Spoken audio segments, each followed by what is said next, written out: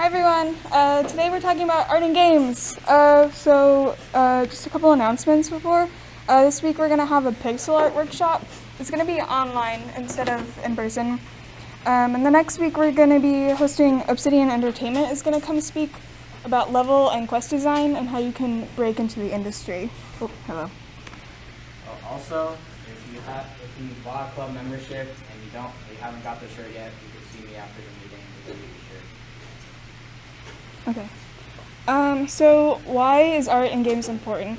So it's definitely one of the most important aspects of a game. You can have a functioning game with just your coding, but it's much better if you actually have art or a visual at the very least. You can have a functioning game without art, but level design, world building, and the game's pretty much genre is kind of hard to express without art. So there are different types of art. Just a couple are environmental art, which is the world pretty much, UI, character design, concept art, and then 2D versus 3D pretty much. So environmental art is literally just the environment. It's connected to your world building, so if your game's like sci-fi, it's going to be in a sci-fi setting. And then it ties heavily into your level design too. So a good example of this world building environmental stuff. UI, so it's the visual components for the player to interact with. I think this is the new Valorant UI. Sucks. Yeah. And then character design. So pretty much some tips on how to do character design. You can start by developing a concept for your character and then brainstorm the details. The character's mechanics can become a part of their look. So like if they have melee, you can make it look different depending on how the character looks. So I guess this guy from Hades has a scythe. So use references. Don't be afraid to use references. It's okay. Everyone uses references. It's a great way to get inspiration, and it's a tool for you to use. And then when, designing your character, look at the shapes and silhouettes of your character. It's a good way to see if your character or your image reads clearly. So when you look at like Mario, you can tell, if it's just blacked out, you can tell it's Mario. You don't need to necessarily see all the shapes and stuff like that, or the specific character, is what I mean. And then 2D versus 3D. Just some examples of different apps you can use. So if you want it to be 3D, it just depends on what you want. So you have different options, like Blender is usually used for 3D, and then it could be pixel art or just normal 2D. And then I have a video that we're gonna watch, and hopefully the audio works. Can you? Concept art. Sometimes you need a drawing so beautiful, so awe-inspiring in its exquisite detail that it rattles the very foundation of... I want to stop you right there. Concept art isn't about making beautiful, detailed drawings. The job of a concept artist is to help teams solve problems by designing visual solutions. And drawing and painting are just tools that we use to communicate those ideas. Oh, yeah, I knew that. Got you. So anyway, like I was saying, a concept artist is a visual problem solver. And in this video, we're gonna see how a concept artist prepares for a project, generates ideas, and gets the most out of feedback. All right, let's get started.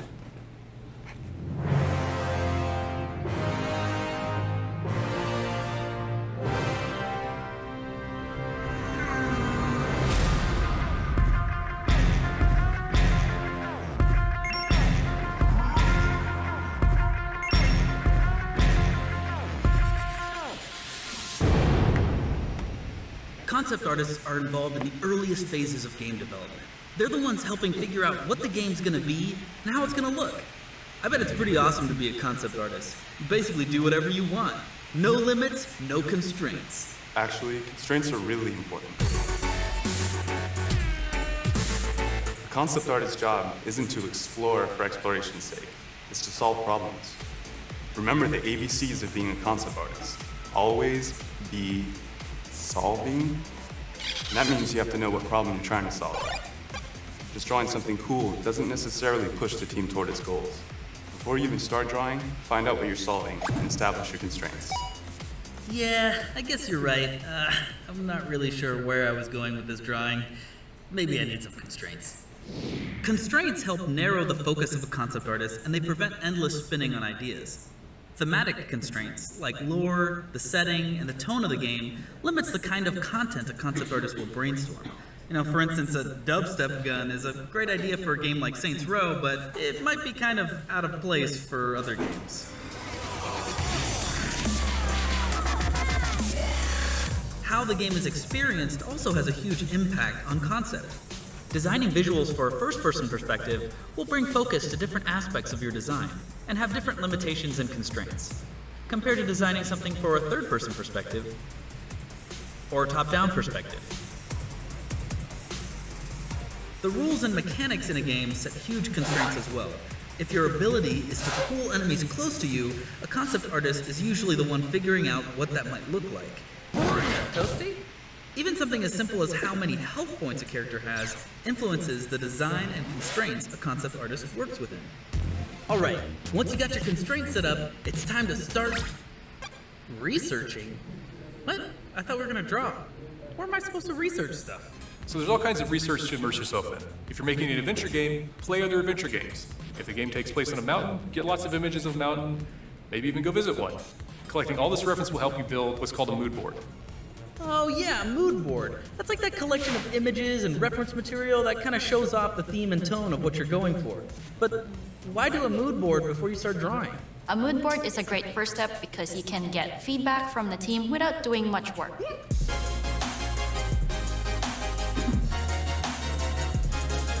It's a great gut check to see if you're heading in the right direction. An effective mood board makes it very clear what you're going to be doing. It can include short descriptors, often called fillers, and should represent a fairly narrow direction. A mood board that's too general or scattered will make it hard to stay focused, and is more likely to result in confusion or pivots down the road. Alright, I got my constraints. I got my mood board. Time to start drawing my great ideas. Any second now. Oh crap, I don't have any good ideas. What do I do? Unfortunately, there's no formula to come up with good ideas. Sometimes people say a good idea is original, something that hasn't been done before. But chasing originality more often than not can just be paralyzing. It might stop you from experimenting. So the key is to just try a lot of stuff and not to be too precious about your work. That's why it's also so important to draw fast and loose. We call this drawing for ideation. Drawing for ideation still requires strong fundamentals, but it's not about rendering a beautiful, polished image. It's all more about getting the essence of your idea in front of your team. And a sketch can more often than not be enough for your team to understand the idea and to get really excited about it. Ooh, I know. Let's get some concept artists together and watch how they rapidly generate ideas. The problem they're solving? The team needs an idea for a magical weapon. The constraints? It must be a wizard's staff, topped by a powerful ancient crystal. Ancient, powerful crystal. All right. Wizard's staff. Wizard staff. I'm just gonna draw the weirdest.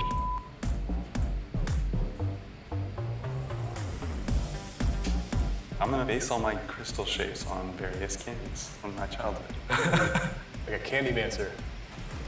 Damn.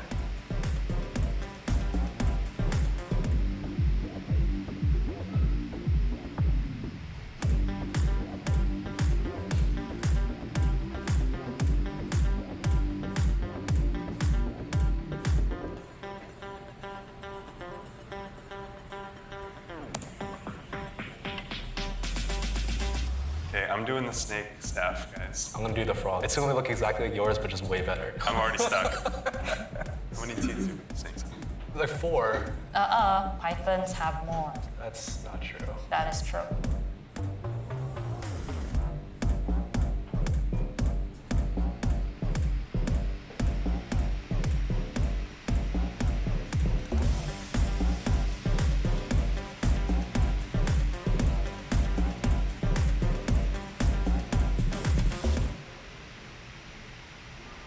Whoa, that was awesome!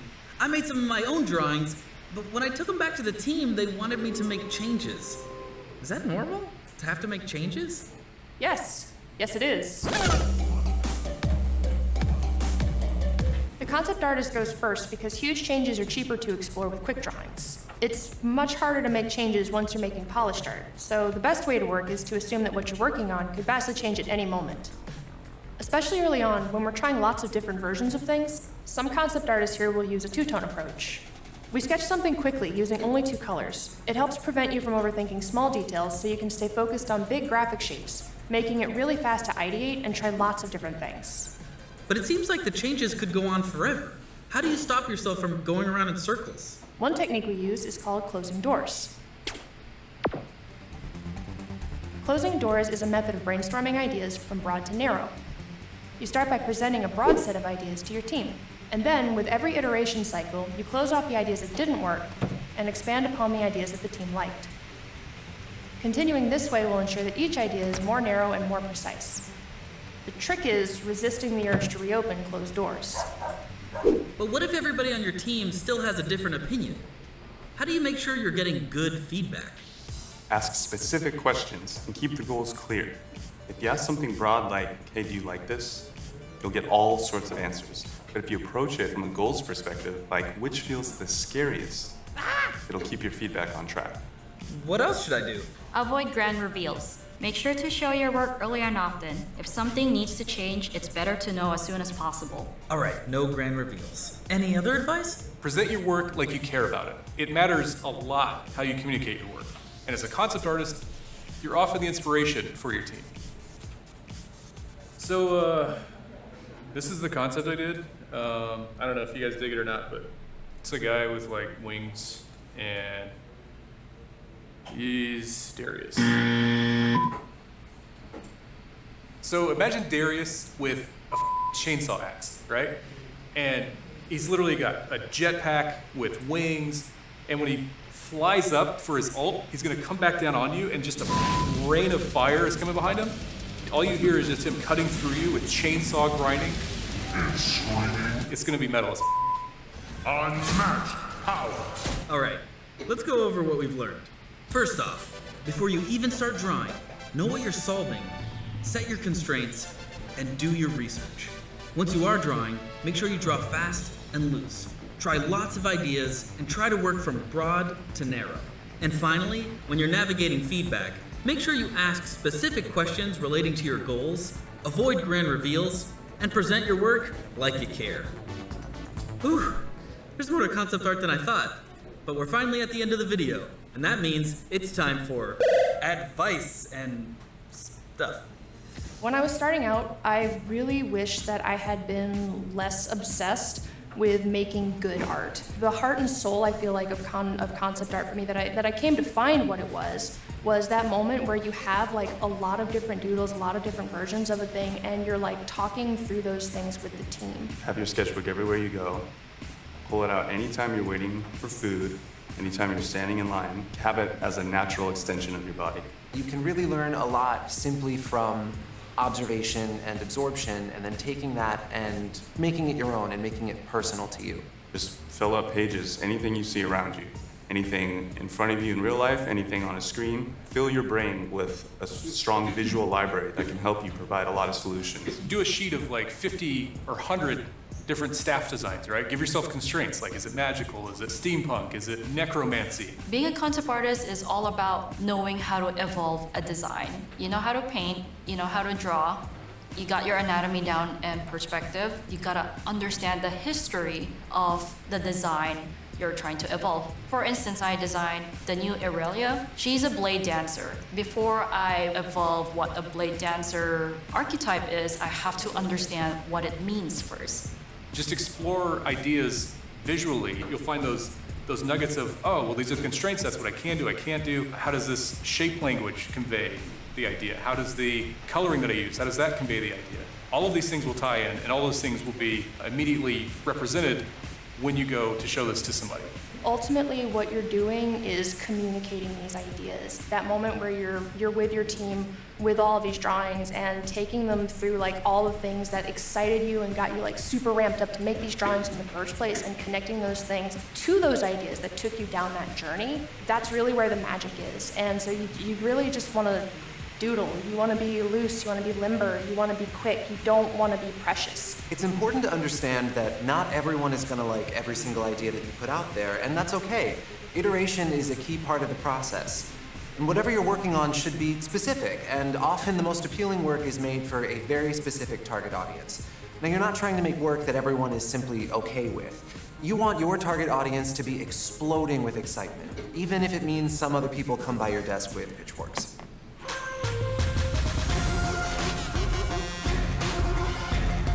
Okay, that's pretty much it. We're gonna go on to team check-ins now. Okay, thanks. Okie dokie. Hold on. Let's go to team check-ins. Alright, so do we have group 1 here, Planetary Pursuits?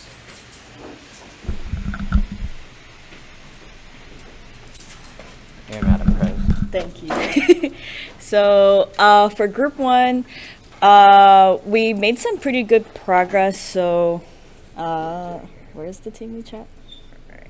Oh, team lead chat.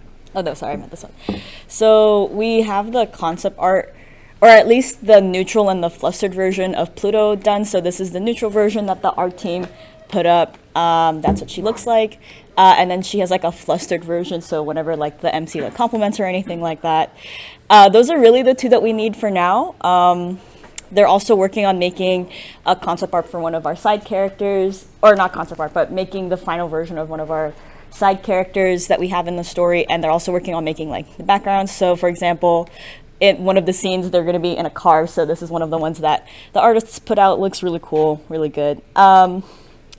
The music team was able also to put out a few themes. So we finished up with the main theme, which is this one right here. Should I play it? I'll play it. I'll play a little bit of it.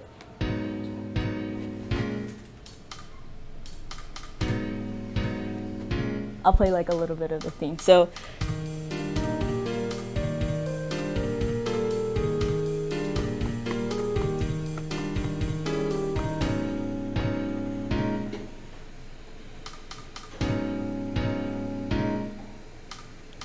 that's like a little bit of that theme, and then I'll just play a little bit of this one too, since it's kind of long.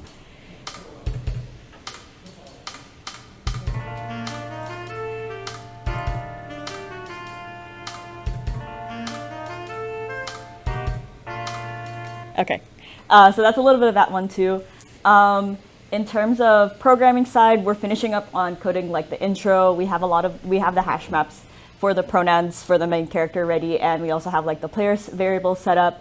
And then the writing team, I believe they're pretty much done with writing the intro, and they're moving on to like the next part of the writing phase. So yeah, that's it for us. Thank you, Team 1.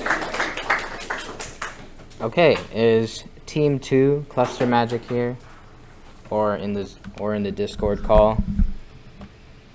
Hello? Oh, yeah.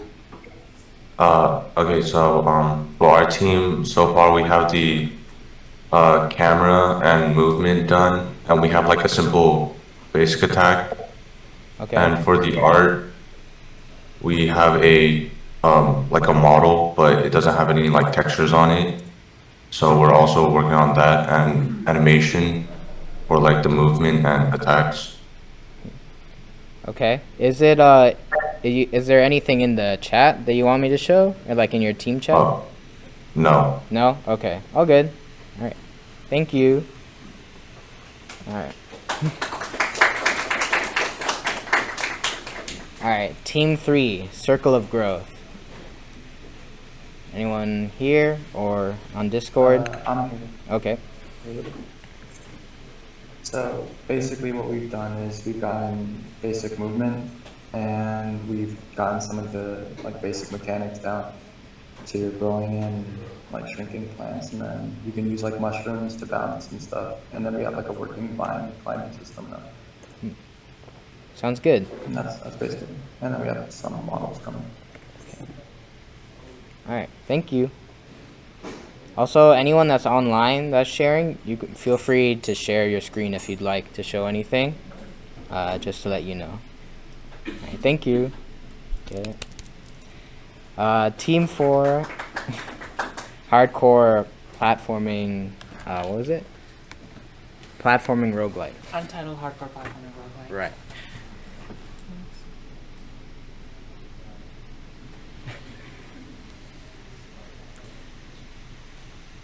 We put this in the game. That's about it.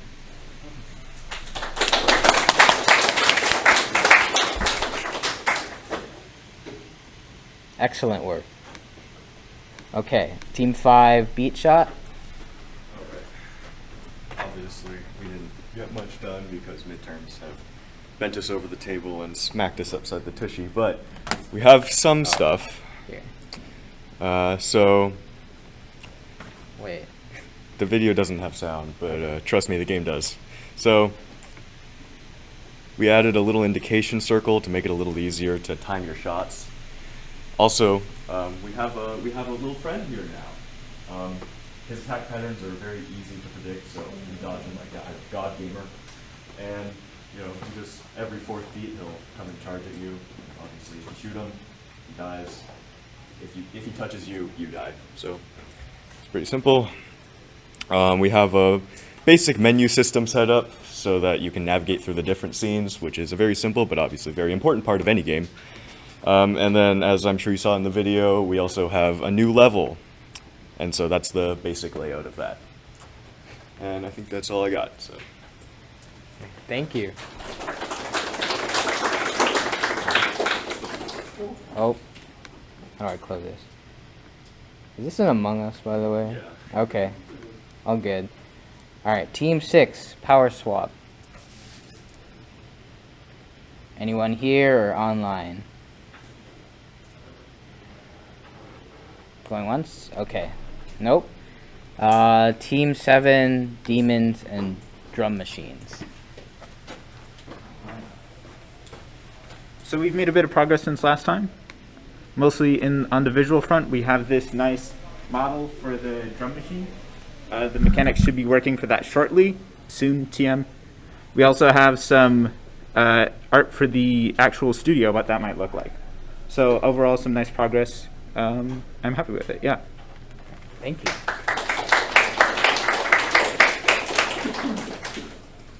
Alright, Team 8, Spell Stew.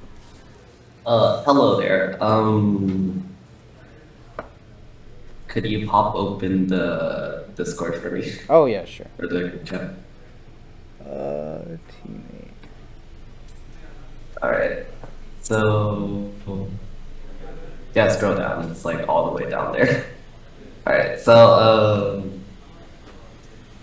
the topmost video, it's a small demonstration of one of our spells that we've developed so far. It's the damage over time AoE spell.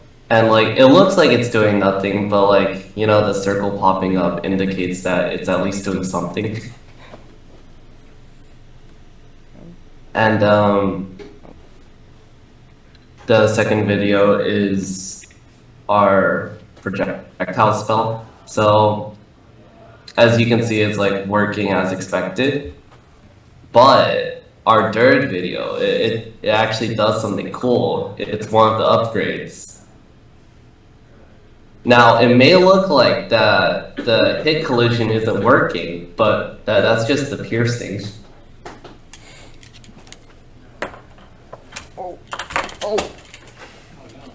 Alright, that's all. Actually, wait, hold on.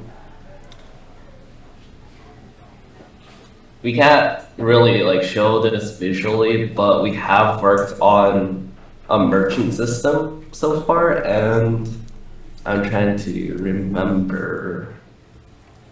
We also worked a bit more on the crafting side of the spells. You can't see it, but I'm doing a thumbs up. Yeah. Alright, thank you for the imaginary thumbs up. Thumbs up. Okay. Team 9, Tokusatsu. I don't think we have anyone, right? And then Team 10, Love Quest.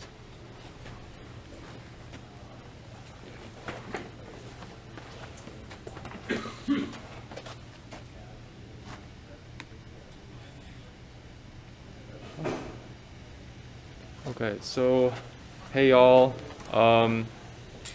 We got some. This is concept art for like the what's it called? The love interest designs. We settled on like this one, I think.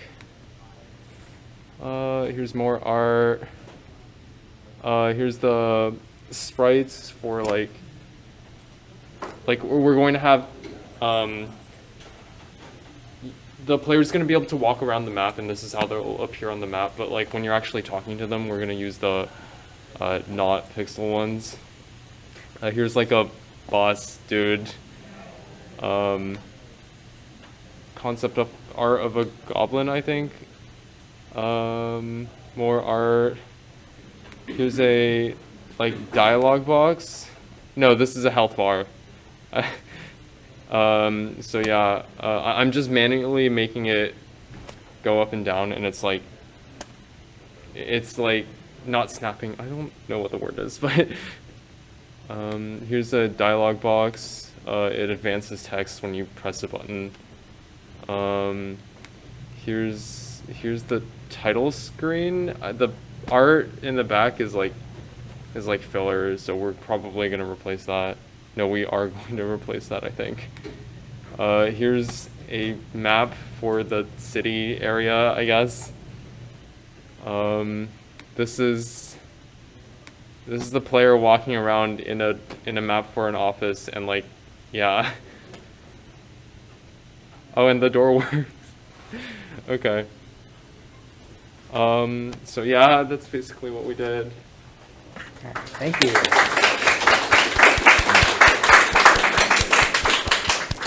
All right, thank you to all the teams for a quick team check-in. I know it's been a while since we've done one because we had a break and then we had guest speakers and stuff. So thank you guys for keeping on working. In the meantime, and even though we're in midterms, best of luck to everybody. That's basically it for the meeting. Feel free to meet with your teams if you're here in person. And also, if you haven't got your club shirt yet, you can talk to me to get it right now. All right, thank you.